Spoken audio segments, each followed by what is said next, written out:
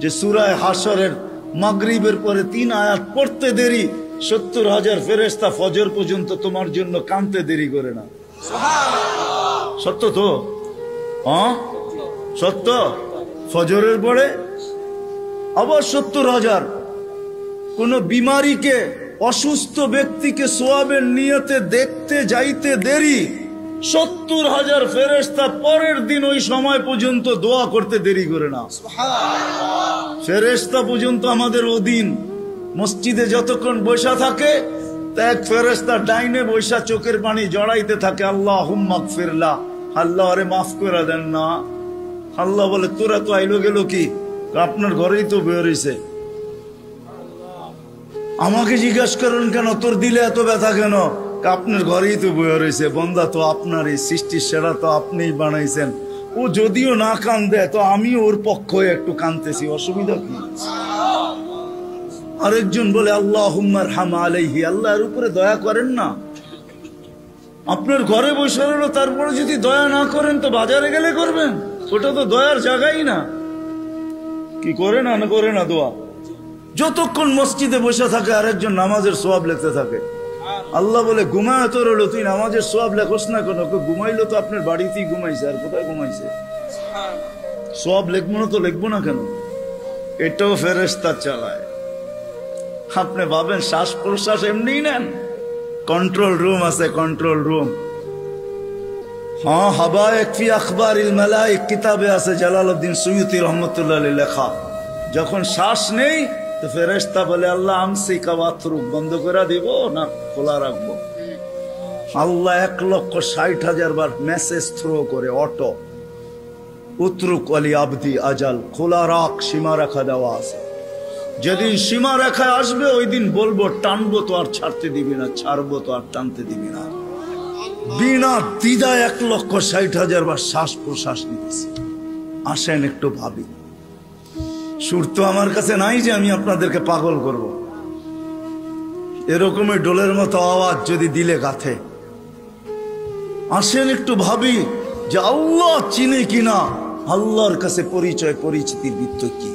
দুনিয়ায় তো পরিচয় পরিচিতির অর্জন করার হাজারো পন্থা আছে, হাজারো তরিকা আছে, হাজারো ভাবে মানুষ পরিচিত হইতে পারে, কিন্তু আল্লাহর কাছে পরিচিত হব কি দ্বারা?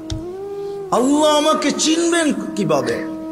এটাকেই নিয়া মুহাম্মদুর রাসূলুল্লাহ সাল্লাল্লাহু আলাইহি ওয়াসাল্লাম আসছেন।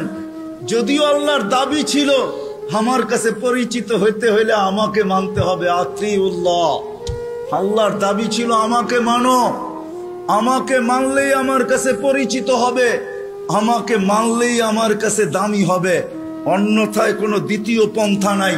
কিন্তু একটা প্রশ্ন এখানে হইতে পারে, আমার মনে হয় প্রশ্ন হইতে পারে, লা তারাকাল উয়ুন, আপনাকে তো চোখে দেখা যায় না, ওয়ালা তুখালিতুকা যুনুন, দেনদারনায় আপনাকে আনা যায় না, ওয়ালা ইয়াসিফুকাল ওয়াসিফুন, বর্ণনা দিয়ে আপনাকে শেষ করা যায় না, আপনার কথা কানেও শোনা যায় না, বর্ণনা দিয়ে শেষ করা যায় না। আপনি তো একটা পদের মালিক না, দুনিয়ায় সামান্য পদস্থ হইলেই তাকে ধরা ছোঁয়ার বাহিরে চলে যায়, সব সময় হাতের নাগালে পাওয়া যায় না। আপনি তো একটা পদের মালিক না। এই জন্যই তো আমি পায়ে হাত রাখা সব মজমায় বলি, শিক্ষিত মানুষগুলা যাদের কাছে অক্ষর জ্ঞান আছে, মাঝে মাঝে 99 নামের অর্থটা একটু খোদার ওয়াস্তে দেখেন। পায়ে হাত রাখা বলি 99 নামের অর্থ দেখেন, তাইলে বিবেকের পর্দা খুলতে পারে যে আমার আল্লাহ কে, আমার মালিক কে। আপনি তো জানেনই না আপনার মালিক কে, কোরআন আমাকে বুঝায়। ওয়াইন তুতিউহু তাহতাদু আমাকে বুঝায়, মান আতা আর রাসূল ফাকাদ আতা আল্লাহ। যে আল্লাহর রাসূলকে মানলো সেজন্য আল্লাহকে মানলো। মুহাম্মদুর রাসূলুল্লাহকে আল্লাহ বলে আমাকে মানো, কিন্তু প্রশ্ন তুইলা দিলাম তো সহজ করলো, আমার বন্ধুর হয়ে যা, আমি তোর হয়ে যাব। কবি শুধু শুধু বলেন নাই, कभी शुद्ध शुद्ध बोलन नहीं क्या वफा तूने मोहम्मद से तो हम तेरे हैं, ये दुनिया क्या चीज है, लौह कलम तेरे हैं। अल्लाह हादिसे कुदसिर तर्जुमा कोनो कवि करছেন, তুই মুহাম্মদুর রাসূলুল্লাহর হইয়া দেখ না। মুহাম্মদুর রাসূলুল্লাহ সাল্লাল্লাহু আলাইহি ওয়াসাল্লাম আসছেন ওই পরিচয় পরিচিতি আমাদের হাতে তুলে দেওয়ার জন্য, আল্লাহর কাছে পরিচয় করায় দেওয়ার জন্য। আসেন আসেন, যদিও আল্লাহকে মানা সম্ভব না। আল্লাহ বলছে আতিউল্লাহ, পরেই বলছে আতিউর রাসূল। কেননা প্রশ্ন এইখানে কেমনে পাবো আপনাকে? তো আল্লাহ বলছে আমার বন্ধুর হইলেই হবে। এক জায়গায় না 100 জায়গায় দেখানো যাবে। আসেন নবীর আদর্শ শিখি। এখন আপনি যদি প্রশ্ন করেন, 2500-এর বুদ্ধিমান মানুষ যদি প্রশ্ন করে, নবীও তো নাই, উনি তো চলে গেছে, 1434 বছর হয়ে গেছে, ওনাকে পাবো কোথায়? তো দুইজনে মিলা মডেল দুনিয়া এখনো রেখা গেছেন, দুইজনে মিলা রাখছেন। ওয়াওরাসনাল কিতাবাল্লাযীনা ইসতাফাইনা মিন ইবাদিনা, ওটা বলছেন আল্লাহ, আর রাসূলুল্লাহ সাল্লাল্লাহু আলাইহি ওয়াসাল্লাম বলছেন আল উলামা ওয়ারাসাতুল আম্বিয়া। দুইজনে মিলা বলছেন কিয়ামতের সকাল পর্যন্ত রেখা গেছি মডেল। এদের কাছে সুরক্ষিত আছে, সুন্নত সুরক্ষিত আছে, আদর্শ সুরক্ষিত আছে। শুধু শুধু কোরআন বলে না লাকাদ কানা লাকুম ফি রাসূলিল্লাহি উসওয়াতুন হাসানাহ লিমান কানা ইয়ারজুল্লাহ। যে আল্লাহকে পাইতে চায়, আল্লাহর কাছে পরিচয় চায়, পরিচিতি চায়, ইজ্জত চায়, সম্মান চায়। কেমন ইজ্জত, কেমন ইজ্জত! চলেন কোরআন আমাকে বুঝায়, আল্লাহ সালাম দিবে, সালাম কওলাম মির রাব্বির রাহিম। যুবক হারায় গেছো দুনিয়া দেখা, গন্দা জিনিস দেখা, হায় হায় হায় হায়। অথচ তোমার যৌবন দিছিল এই জন্য মুহাম্মদুর রাসূলুল্লাহর তরিকা দ্বারা, আদর্শ দ্বারা তুমি যুবক, ওই যুবক হবে, জমিনে চলবে, আর আল্লাহ বলবে ইন্নী উবাহিল মালাইকাতা বিশাব্বিস সালেহ। তোমাকে দেখায় আল্লাহ বলবে আমি তোমাকে নিয়ে ফেরেশতাদের উপরে গৌরব করি। তোমাকে দেখাবে আর আল্লাহ বলবে আরশের নিচে তোর জন্য গ্যালারি রাখা আছে, সুপার ডিলাক্স গ্যালারি। এই দুনিয়ার গ্যালারি, জান্নাতে সব রাখা আছে। কি চাও তুমি? ভাবছো জান্নাতে গান নাই, দুনিয়ায় শুনে নেই জান্নাতের গান? সময় নেই আমার হাতে, তোমাকে আমি জান্নাতের গান শুনাইতাম। জান্নাতেই দুনিয়ার গান। দুনিয়ার সিঙ্গার রে সিঙ্গার বলা হয় না, এটি তো ফিঙ্গার, সিঙ্গার না।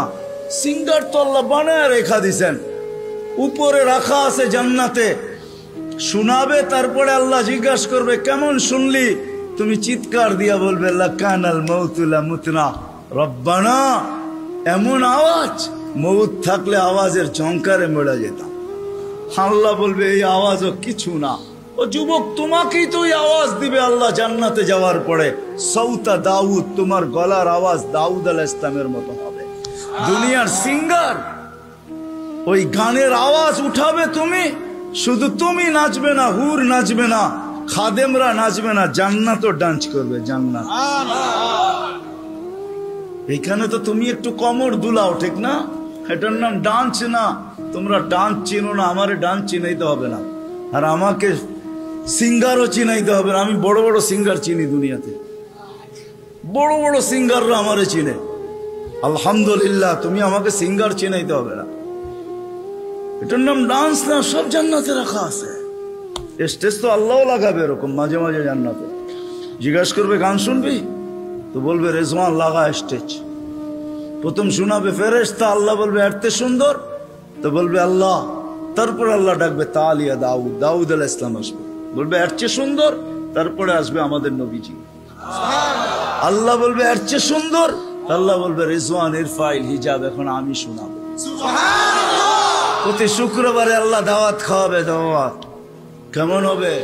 সবচেয়ে বড় হাতিয়ার যেটা দিছেন, একের ভিতরে 100 বানায়া আমাদের রসুলের জন্য, নাইলে কোনো দিন কারোর জন্য দিতেন না। আমি তো সব জায়গায় বলি, আল্লাহ কোন উম্মতকে 1.25 লক্ষ উম্মত আসছে, 312 জন রসুলের উম্মত আসছে, কাউকে আল্লাহ ডাইকা নেওয়ার দায়িত্ব নেন নাই। নামাজ দিছেন, ডাকার দায়িত্ব নাই। বলছি পড়লে পড়বা, না পড়লে না পড়বা। কিন্তু আমাদের নবীজির কারণে আল্লাহ আমাদেরকে ডাকার দায়িত্ব নিছেন। 5 ওয়াক্ত নিজে ডাকে, বন্ধুর দিলকে শান্ত করার জন্য। আমার মনে হয় বন্ধুর দিলকে শান্ত করার জন্য। কেননা মুসা আলাইহিস সালাম 5 ওয়াক্ত মানতে পারতেছিলেন না, আমি এর চেয়ে অভিজ্ঞ আপনি? আমি 2 ওয়াক্ত পড়াইতে পারি না, 5 ওয়াক্ত আপনার উম্মত পড়বে না, আবার যান কমায় নিয়ে আসেন। আল্লাহ রসুল বলছে লজ্জা লাগে, কিন্তু মনে মনে ভাবতে ছিলেন অভিজ্ঞ লোকটা বলতেছে, আমার তো লজ্জা লাগে, অভিজ্ঞ লোকটা বলতেছে নামাজ মনে হয় আমার উম্মত পড়বে না। তো আল্লাহ বলছে বন্ধু চিন্তা করেন না, আমি ঘুমের থেকে উঠে নিয়ে আসবো। নাইলে ফজরে কেন আজানে বলা হয় আসসালাতু খায়রুম মিনান নাওম? চিন্তা করেন না, আমি উঠে নিয়ে আসবো। একের ভিতরে 100 দিয়া দিছেন। আসেন 2টা অঙ্গীকার করি আজকে যে আল্লাহ রসুলের আদর্শ একটা হইলেও আমার জীবনের সঙ্গী বানাবো। রাগ হয়ে যাবেন বললে? হ্যাঁ, আমি তো বলি এই উম্মতকে দাঁড়িয়ে দিছিলেন জান্নাতে যাওয়ার জন্য, ক্লিন শেপের জন্য না। পায়ে হাত রাখিয়া দাঁড়িয়ে দিছিলেন জান্নাতে যাওয়ার জন্য। জান্নাতটা নবীর সুন্নত। কার? কার? আর যদি সাদা বানাইতে পারেন তাহলে তো কোনো কথাই নেই, কথাই নেই। নাইলে ওলামা কোত্থেকে বলে মুহাদ্দিসে কাবির মারা গেছে, আল্লাহ জিজ্ঞাসা করছে বুড়া কি নিয়ে আসছত? কয় কিচ্ছু নিয়ে আসি নাই। কয় খালি হাতে? কয় না। তাহলে কি নিয়ে আসছত? কয় সাদা দাড়ি। না শোনেন না ওস্তাদদের থেকে? আল্লাহ জিজ্ঞাসা করতেছে সাদা দাড়ি মানি? কয় কেন আপনি জিবরিলকে বলেন না? জিবরিল আলাইহিস সালাম আমাদের নবীজিকে বলেন না? নবীজি আবু হুরায়রাকে বলেন না? আবু হুরায়রা অমুককে বলেন না? অমুক অমুককে বলেন না? উনি আমাকে বলে নাই? সনদ শুনাইতেছেন, আপনি নাকি সাদা দাড়ি দেখলে লজ্জা পান। আল্লাহ আয়েশা দিয়া বলছে সবাই সত্য বলছে, আমিও সত্য বলছি, মাফ করে দিলাম। যাও। আমি তো বলি দাড়ি দিছে জান্নাতে যাওয়ার জন্য, ক্লিন শেপের জন্য না। দাড়ি ক্লিন শেপ করলে আপনি ইয়ং হবেন। রাগ হয় না, পায়ে হাত লাগে, রাগ হয় না। আপনারা আমাদের এই পোশাকের উপরে আঙ্গুল উঠাইতে পারেন, কিন্তু আমি সারা দুনিয়া ঘুরা বলি আজ পর্যন্ত কেউ আঙ্গুল উঠা নাই প্রশংসা করা ছাড়া। আমার সমাজ আঙ্গুল উঠাইতে পারে, রিক্সাওয়ালা পর্যন্ত কাঠমোল্লা বলতে পারে, এই পোশাককে আজ পর্যন্ত কেউ আঙ্গুল উঠায়। দুনিয়ার এরকম কোন নামি দামি এয়ারপোর্ট নাই যেখানে আমি ক্রস না করছি। দুনিয়া আমাকে চিনে, এই পোশাকের আজ পর্যন্ত কেউ আঙ্গুল উঠায় নাই। বরং হাসতে আর বলছে তোর ড্রেসটা বড় সুন্দর। শুধু ড্রেস, অহংকারে বলতেছেন এরকম টুপি নিয়ে বলছে your cap is very nice, তোর টুপিটাও বড় সুন্দর। 4 থেকে 500 মাদ্রাসা আছে ছোট বড়। এই জন্যই তো আমাদের দেশ নড়ে চড়ে পড়ে না। আমাদের 2টা ডিফেন্স আছে, 2টা। একটা রাতের ডিফেন্স, যে ডিফেন্স দুনিয়ার কোথাও নেই। চ্যালেঞ্জ আমার সাথে। রাতের ডিফেন্স বোঝেন? 30,000-এর উপরে হেফজোখানা আছে, যেটা রাতের ডিফেন্স। যারা 4টার সময় ওঠে, আপনি জানেন না ওই ডিফেন্স কত বড় ডিফেন্স। নিজামুল মাওলারে জিজ্ঞেস করে দেখেন, অনেক পিছিয়ে আপনাকে চলে যেতে হবে। নিজামুল মাওলা যখন মাদ্রাসা বানাইতেছিল, তখন বাদশাকে বলতেছিল, কেউ বুঝাইতেছিল এত মাদ্রাসা কেন বানায়? তো বলছে বাদশাহ, দেশের জন্য 2টা ডিফেন্স লাগে, একটা দিনের একটা রাত্রের। দিনেরটা তো আপনি বানায় ফেলছেন, সর্বলাইনের ডিফেন্স আছে, আমি রাত্রেরটা বানাইতেছি। আমিও বলি এই জন্য গত সোমবারের আগের সোমবারে ইন্দোনেশিয়ায় ভূমিকম্প আসছে 5.5 সুমাত্রায়। দেখেন কয়জন লোক মারা গেছে, এখন নেটে সার্চ দিলে পাবেন। 48 জন জায়গায় মারা গেছে, কতগুলো বাড়ি বিধ্বস্ত হয়েছে। বাংলাদেশে 5-6 বছর আগে 7.8 ভূমিকম্প আসছে। নেটে সার্চ দিয়া দেখেন আপনি দুনিয়ার কোন দেশে 7.8 ভূমিকম্প আসছে আর কোনো বিপর্যয় হয় নাই। চ্যালেঞ্জ, দুনিয়া যদি আমাকে দেখাইতে পারে, আপনার জুতা আমার গাল। বাংলাদেশ দেখাইতে পারবে 7.8 ভূমিকম্প আসছে 5-6 বছর আগে। 31st নাইটের পরের দিন রাত্র 5:05 শুধু একজন মারা গেছে, তাও লাভ, বিল্ডিং থেকে লাভ দেওয়ার কারণে, কিচ্ছু হয় নাই। 10 নম্বর মহাবিপদ সংকেত আসছে আমাদের দেশে, কিচ্ছু হয় না, কয়েকটা কলা গাছ পড়ছে। আমি ঢাকায় বৈশা বলতেছি না, ওই রাত্রে আমি পাথরঘাটা ছিলাম, পাথরঘাটা, যেইখান দিয়া বুলবুল ঢুকছে। আমাদের ইস্তেমা চলতেছিল, দুপুরে আমি বয়ান করে দোয়া করে শেষ করে দিছি। পাথরঘাটায় রাত্রে ফিরবো কি করে? আমি একদিন রাত্রে ছিলাম, 7-8টা টিন আমার মাথার উপরে ছিল, আমার সাথে 1-150 লোক ছিল। বুলবুল আমি আমার চোখে দেখছি, কিচ্ছু হয় না, একটা টিন একটু ব্যাকাও করতে পারে নাই। সকালে উঠা দেখছি কয়েকটা কলা গাছ রাস্তায় রাস্তায় পড়ে আছে। এটা হলো ওই দেশ যেই দেশের ভিতরে রাত্রের ডিফেন্স 100-এ 100, 30,000-এর উপরে হেফজোখানা। 1-150 পাওয়া যাবে শুধু 2,500-এ। রাত্রে 2:30টার সময়, 3-4টার সময় মাদ্রাসার ছেলেরা ওঠে হেফজোখানা, আল্লাহর কালাম পড়ে। কালাম এক ডিফেন্স এই দেশের দিয়া।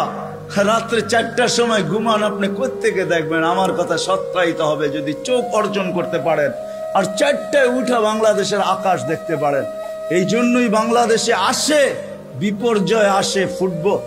দেওয়ালে যেরকম বল বাড়ি খায়া ডাইনে বামে যায়, আমাদের জমিনের সাথে টাচ খায়া ডাইনে বামে চলে যায়, নড়ে চড়ে পড়ে না।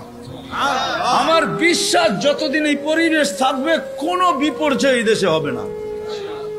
এ তো আমি বুকের উপরে হাত দিয়া বলি, দুনিয়া কুইরা বলি। আমাদের রাতের ডিফেন্স 100% আছে। হাজারো আল্লাহওয়ালা এই দেশে আছে যারা রাত্রে মুসল্লায় পড়া পড়া চিৎকার দিতে থাকে, সবকো সোনে মে মজা, কিসি কো সোনে মে মজা, কিসি কো খানে মে, হমে মজা আতা হ্যায় তেরে আগে রোনে মে। এরা রাত্রে বিছনায় পড়া ঘুমায়। এই জন্য আসেন ওলামাদের থেকে শিখি। দুটা, একটা ওলামাদের থেকে শিখবো, আর একটা হলো 5 ওয়াক্ত নামাজ ছাড়বো না। রাজি? পাক্কা ওয়াদা? আল্লাহ রসুলের জিন্দগি শিখবেন তো? পাক্কা? নামাজ ছাড়বো না? পাক্কা? যদি হয় তাহলে হাত ভালো মতে উঠান, নাইলে উঠান। আল্লাহ আমাদের নামাজের মুহতাজ না। নামান আল্লাহ আমাদেরকে আমল করার তৌফিক দান করেন।